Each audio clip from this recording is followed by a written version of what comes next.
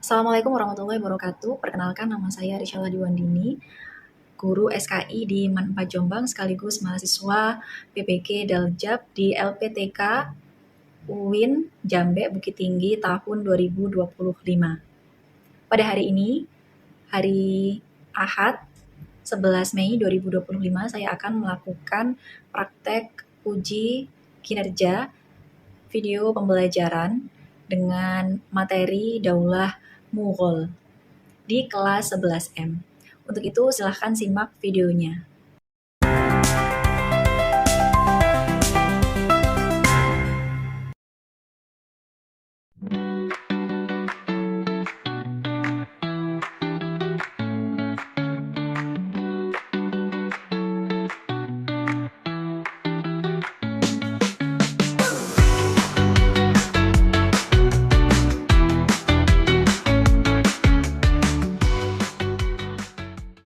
Assalamualaikum warahmatullahi wabarakatuh.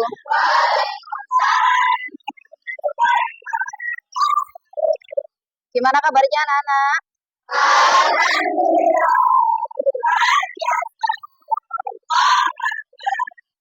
Anak, sebelum kita mulai pelajaran, mari kita buka dengan bacaan Fatihah dulu. Berdoa mulai. Bismillahirrahmanirrahim. Alhamdulillahirabbil alamin. Nasta'in. Ihdinas siratal mustaqim. Siratal ladzina. Oke, hari ini kita belajar SKI lagi ya. Sebelumnya, Ibu mau ngabsen dulu. Adiba Hanza. Oke. Aisyah Balkis. Oke. Anandaria. Ardelia Bahita.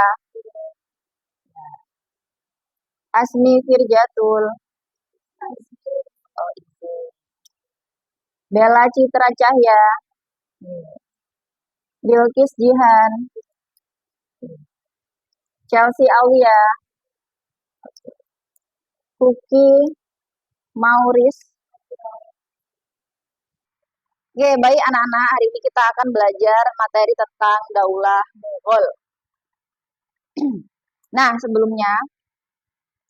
kita lanjut ke materi, mengapa kita mempelajari materi tentang Daulah Mughal atau dinasti Mughal? Jadi istilah daulah, dinasti, kesultanan, kerajaan itu sama semua. Sistemnya apa dia? Sistem pemerintahannya apa? Turun-temurun atau monarki. Turun-temurun atau monarki. Jadi sama, mau nyebutnya kesultanan, kerajaan, daulah, atau bani atau dinasti sebenarnya sama. Artinya yaitu turun-temurun atau monarki. Terus apa manfaatnya bagi kita semua? Satu, memahami sejarah peradaban Islam di India.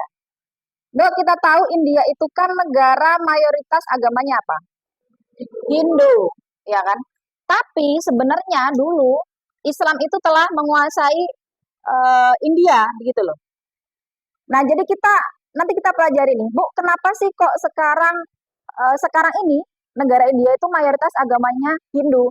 Padahal dulu itu India sudah dikuasai oleh Islam, dikuasai oleh Daulah Mughal. Jadi Mughal itu posisinya di India, tuh. Ya, kerajaan Islam Daulah Mughal itu posisinya di India. Nah, jadi nanti kita tahu kok bisa, Bu, padahal dulu dikuasai Islam, tapi sekarang kenapa kok mayoritasnya tetap Hindu? Kenapa nggak Islam? Nah, nanti kita pelajari itu, ya, sejarahnya. Terus yang kedua, meneladani kepemimpinan Sultan Daulah Mughal. Jadi setiap kerajaan itu kan pasti punya raja-raja, betul ya? Raja pertama, raja kedua, raja ketiga. Nah, setiap raja itu punya kebijakan. Jadi di sini kenapa kok kita belajar ini? Jadi kita harus mengambil ibroh atau hikmah atau pelajaran, gitu ya. Bagaimana sih Sultan Mughal yang pertama itu bisa mengalami kejayaan? Apa yang dia lakukan? Nah, itu kita ambil ibrohnya, kita aplikasikan di kehidupan yang sekarang. Sebenarnya seperti itu ya. Terus yang ketiga, mempelajari dan mengapresiasi warisan budaya Daulah Mughal. Dok, asal sampean tahu, Taj Mahal. Tahu nggak Taj Mahal? Tahu. Nah, Taj Mahal itu apa? Makam. Makam apa masjid? Makam. Taj Mahal itu makam. Makam yang dibuat oleh Raja Daulah Mughal. Salah satu Raja Daulah Mughal yang sangat mencintai istrinya. Jadi dia itu membangun bangunan, ya. Seperti kalian ketahui, Taj Mahal pernah masuk dalam salah satu 7 keajaiban dunia, ya kan? Kenapa kok masuk dalam salah satu 7 keajaiban dunia? Jadi bangunannya itu presisi sekali, bangunannya itu indah, bangunannya itu terbuat dari marmer putih. Nah, itu nanti kita pelajari di materi Daulah Mughal. Lalu selanjutnya kita belajar sejarah lahirnya Daulah Mughal. Jadi gimana sih Daulah Mughal itu lahir ya, terbentuk. Jadi Islam di India pertama kali itu dibawa oleh Khalifah Walid bin Abdul Malik. Ini kalau kita tarik ke belakang materi Bani Umayyah 1 ketika kelas 10. Ada 14 khalifah ya. Jadi yang memulai ekspansi atau ekspedisi ke India yaitu adalah Al-Walid bin Abdul Malik, dia itu khalifah ke-6 yang dijenderali atau dipanglimai oleh Muhammad bin Qasim. Nah, sebelumnya jadi ketika di India itu sebelum dikuasai oleh Daulah Mughal, India sudah lebih dulu dikuasai oleh yang namanya Kesultanan Delhi.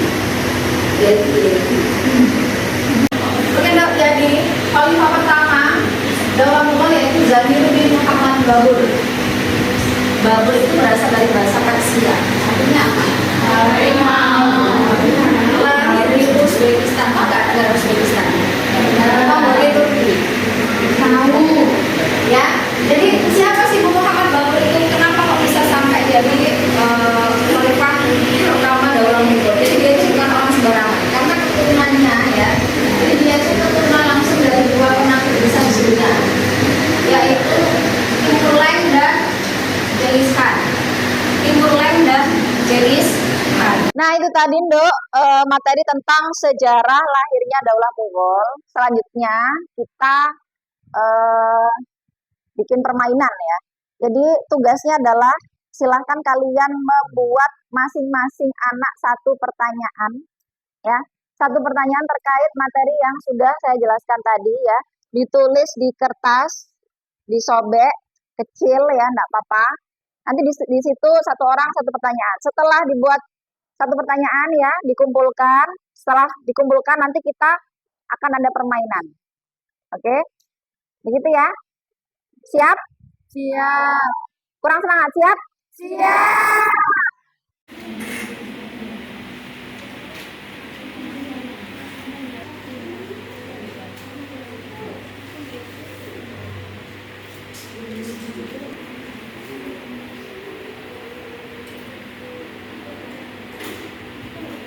Oke, sudah selesai membuat pertanyaannya, Dok? Sudah.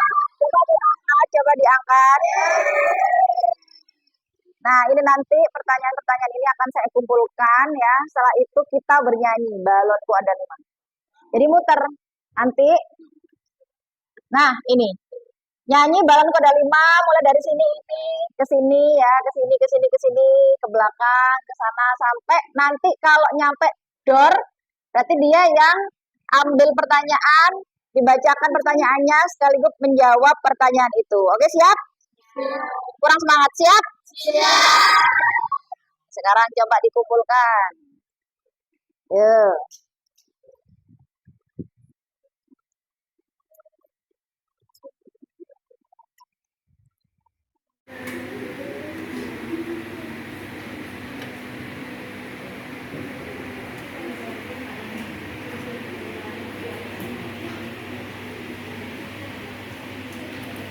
Oke, Dok, kita akan menyanyikan balonku ada 5 ya. Mulai dari sini ke sini sampai kayak begini ya, kayak ular gitu ya, jalannya ya. Nanti ketika door dia berhenti, ya. Ya. Oke, mulai. 1 2 3. Balonku.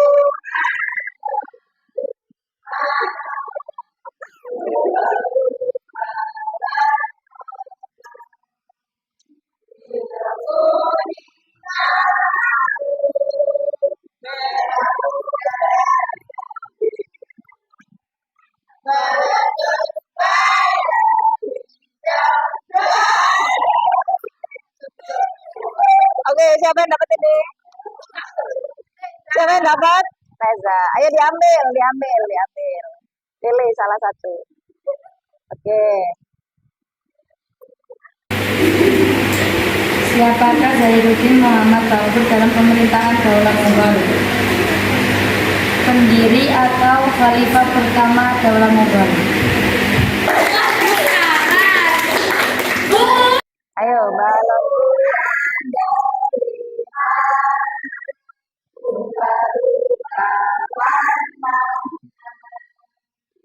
Hijau kuning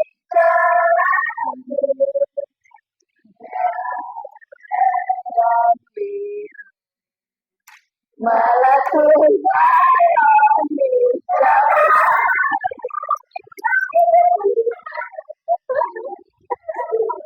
ayo diambil.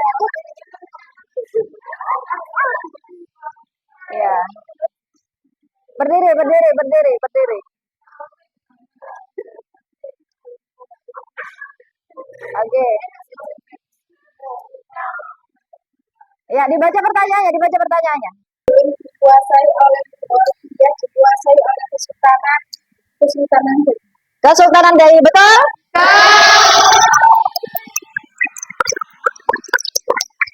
Ya, alhamdulillahirobbilalamin, materi tentang sejarah berdirinya Kerajaan Mughal sudah selesai.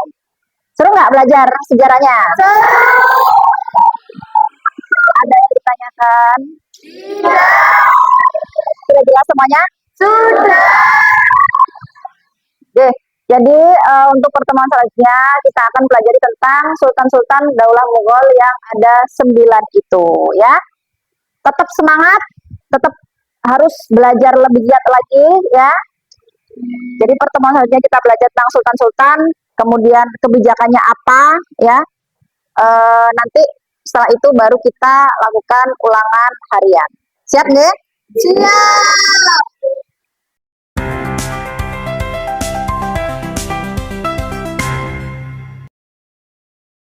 Assalamualaikum warahmatullahi wabarakatuh.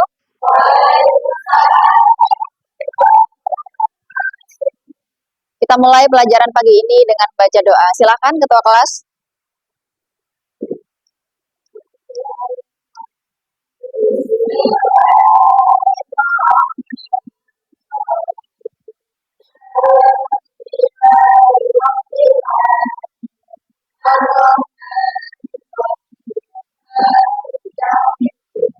Iya, ihdinas siratal mustaqim.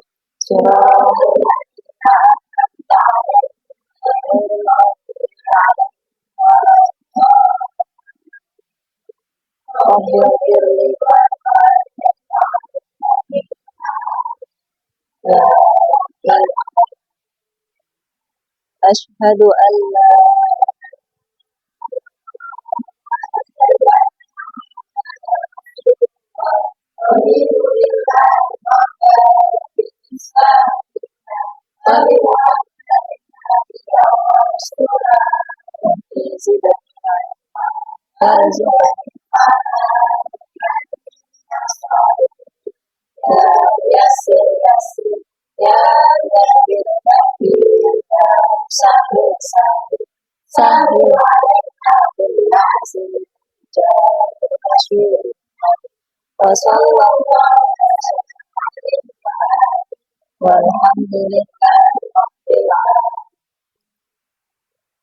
Saya absen dulu nggih. Adiba, Aisyah Balkis, Anandaria, Ardelia, Asmi, Bella, Bilkis, Jihan, Chelsea, Kuki, Dinda. Gimana kabarnya anak-anak?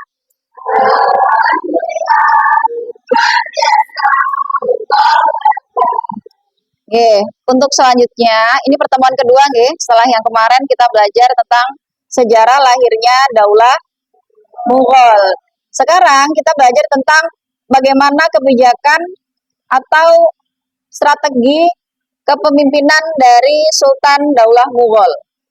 Ini ada 9, ya. ada 9 sultan, mulai dari Zahiruddin Muhammad Babur, Humayun ya, sampai yang terakhir yaitu Bahadur Shah II ya. Sebelumnya saya ingin bertanya, kenapa sih kira-kira atau mengapa setiap khalifah atau setiap sultan itu harus punya kebijakan? Oke, siapa yang mau menjawab? Angkat tangan. Oke, Dinis. Karena setiap pemimpin mempunyai kebijakan untuk membawa pemerintahan yang lebih baik. Jadi beberapa sultan yang akan kita pelajari hari ini adalah yang pertama Zahiruddin Muhammad Babur, minggu kemarin sudah kita bahas ya. Jadi Zahiruddin Muhammad Babur itu khalifah yang keberapa? Khalifah yang pertama. Dari tahun berapa?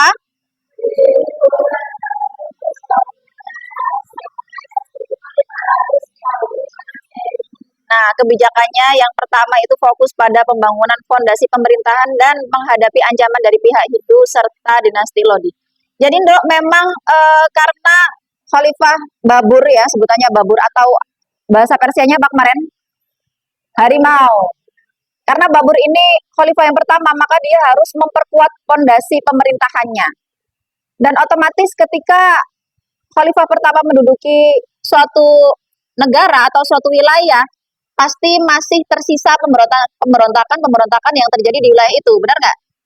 Ya, jadi dia tuh fokus membangun fondasi pemerintahan, setelah itu membereskan pemberontak-pemberontak ya, yang akan menggulingkan pemerintahannya. Jadi dibersihkan dulu nih, kerikil-kerikil kecilnya dibersihkan dulu.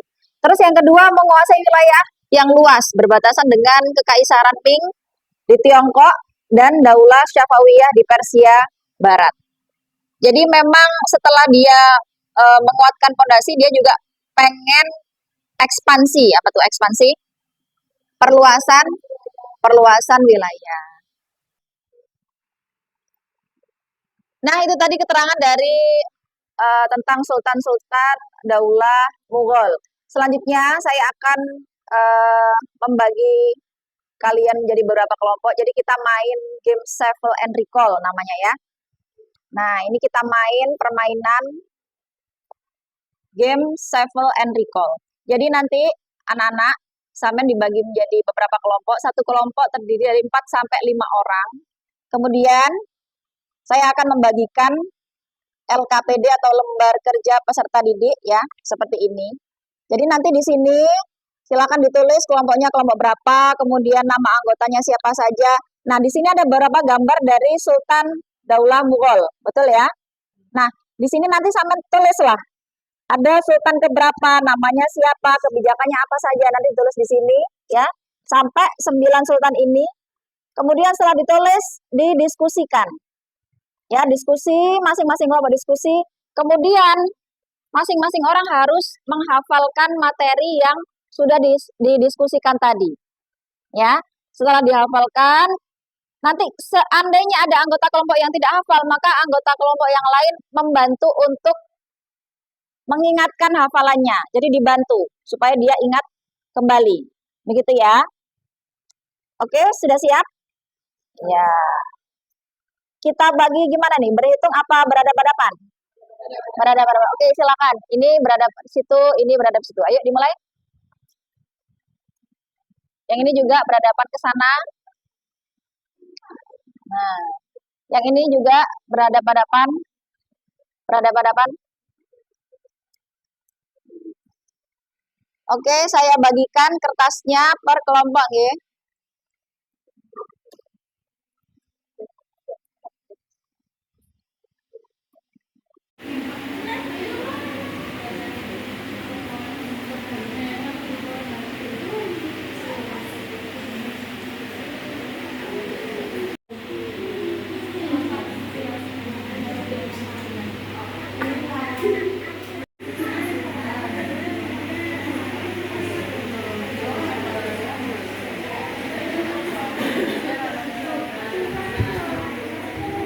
Gambar di sini tuh sultan yang kelima.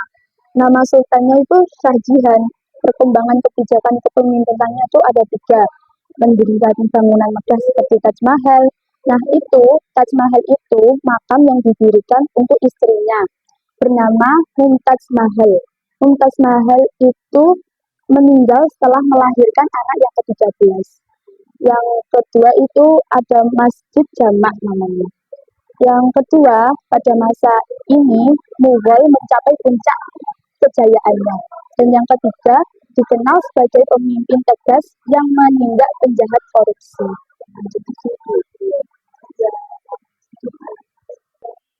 Nah, baiklah. Ini sudah diskusi semuanya, sudah dihafalkan semuanya materinya? Sudah.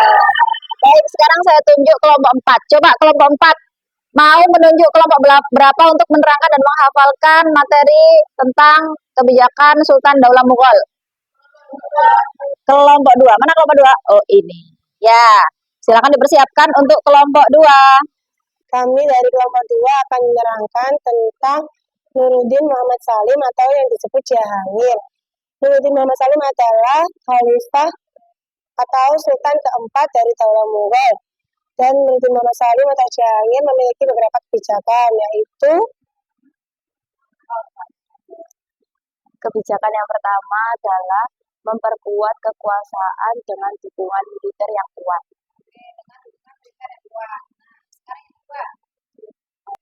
Kebijakan yang kedua yaitu menaklukkan wilayah Bengala, Mewar, dan Tangerang. Seluruh wilayah tetap aman dan damai selama pemerintahannya. Keempat, Nuruddin Muhammad Salim. Bagus. Nah, itu tadi anak-anak kita telah mempelajari tentang kebijakan Sultan Daulah Mughal. Dari semua kelompok yang telah berdiskusi, dari semua kelompok yang telah menghafal ya, mengutarakan analisa-analisanya, ada satu kelompok yang mendapatkan poin tertinggi. Kelompok berapa itu? Kelompok 2. Kasih aplaus yang meriah. Nanti hadiahnya menyusul minggu depan ya, kelompok 2 ya. Jadi, Nduk, ada salah satu poin penting ya di sini yang sangat familiar dengan kalian, yaitu Taj Mahal, yang awal kemarin juga kita bahas. Jadi Taj Mahal itu apa? Makam untuk istrinya Shah Jahan. Nah, ini. Nah, ini. Khalifah yang kelima atau Shah Jahan. Dia itu yang membangun Taj Mahal untuk istri tercintanya yang bernama Mumtaz Mahal. Jadi istrinya namanya Mumtaz Mahal, makanya dinamakan Taj Mahal. Jadi di Taj Mahal itu makam-makam pendiri-pendiri Mughal beserta istri dan anaknya, permaisuri, selirnya, semuanya di situ. Makanya nanti kalau misalkan sama ada kesempatan ke India, amin. Loh, India itu bagus kalau yang pas Taj Mahalnya loh yo. Jangan salah. Itu nanti kalian bisa ziarah ya. Ziarah ke sana. Itu makam Islam, ya kan Islam. Ya, Sultan Daulah. Kan Mughal kan Islam ya, betul. Jadi dipersembahkan untuk istri tercintanya, Taj Mahal itu. Meninggalnya kenapa, Bu? Ada yang ngomong setelah melahirkan anak yang ke-13. Meninggal. Tapi fakta yang paling fakta yang paling gelap itu adalah Shah Jahan ini menghabiskan banyak dana untuk membangun Taj Mahal. Sampai-sampai dana negaranya itu apa sih bahasanya itu terombang-ambing, terpuruk gara-gara bangun Taj Mahal ini. Biayanya kan membutuhkan biaya yang sangat banyak sekali. Nah, setelah bangunan ini jadi, karena anaknya Shah Jahan sendiri itu melakukan kudeta atau pemberontakan, jadi bapaknya sendiri itu di penjara karena nggak ngurusin negara tapi terlalu dimabuk asmara, terlalu dimabuk cinta. Jadi saking senengnya ambil bojone sampai gak mikir negara, ya kan? Makanya ketika bangunan Taj Mahal ini jadi, dia nggak sempat menikmati keindahannya, tapi keburu ditangkap sama anaknya sendiri. Nah, itu fakta yang menyedihkan, fakta yang gelap. Oke? Ada yang ditanyakan terkait kebijakan Sultan Daulah Mughal? Sudah paham semuanya? Baiklah, untuk minggu depan kita pelajari lagi tentang, masih tetap di Daulah Mughal ya. Kita pelajari tentang kemajuan ilmu pengetahuan dan peradaban Daulah Mughal. Tetap semangat ya, jangan males untuk belajar ya, belajar terus nih. Oke. Cukup sekian dari saya, kurang lebihnya mohon maaf. Assalamualaikum warahmatullahi wabarakatuh.